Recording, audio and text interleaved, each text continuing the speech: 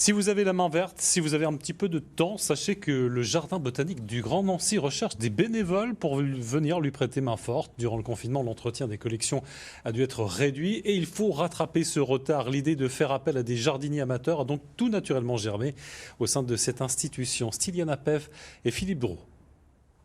Armés de couteaux à désherber, Gabriel, Hélène ou Francine sont venus prêter main forte aux jardiniers professionnels.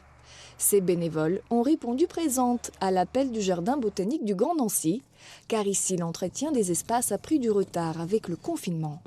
Comme ça fait un mois que j'ai fini les cours et que j'ai encore 2 mois à rien faire, j'ai appelé pour savoir comment on s'inscrit, tout ça. Donc je me suis inscrite, comme c'est un jardin que j'aime beaucoup, puis que je suis pas très habile au jardin, on va dire.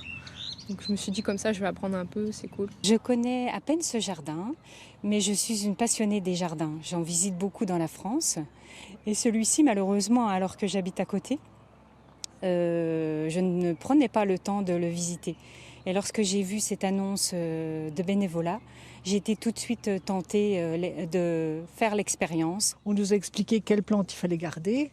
Et puis, de toute façon, comme ces plantes-là, je les connaissais, je ne risquais pas de les arracher.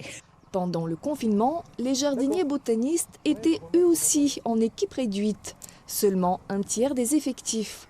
La priorité était de sauver les collections les plus fragiles.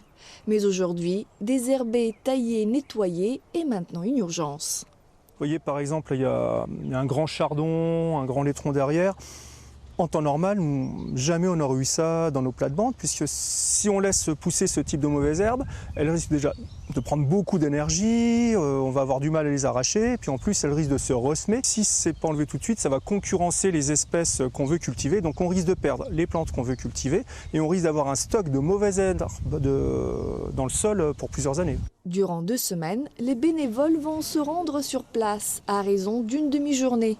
La roseraie, les collections de fleurs ou le verger, les jardiniers amateurs sont encadrés par les équipes professionnelles. On a une dizaine de bénévoles par jour qui vont tourner chaque jour, être affectés à différents travaux d'entretien horticole au travers des différentes collections du jardin botanique. Aujourd'hui, donc moi, sur ma fonction de responsable du patrimoine arboré, on avait cette partie verger sur laquelle on aurait dû intervenir avec les écoles et des groupes d'écoles justement au mois de mars, période du confinement. Sur des travaux de désherbage, de taille, oui, c'est vraiment un coup de main qui est bienvenu et qui est salvateur presque, j'ai envie de dire. Si vous voulez mettre la main dans la terre, quelques places sont encore disponibles. À la fin de chaque demi-journée de bénévolat, une visite privilégiée vous est accordée en récompense.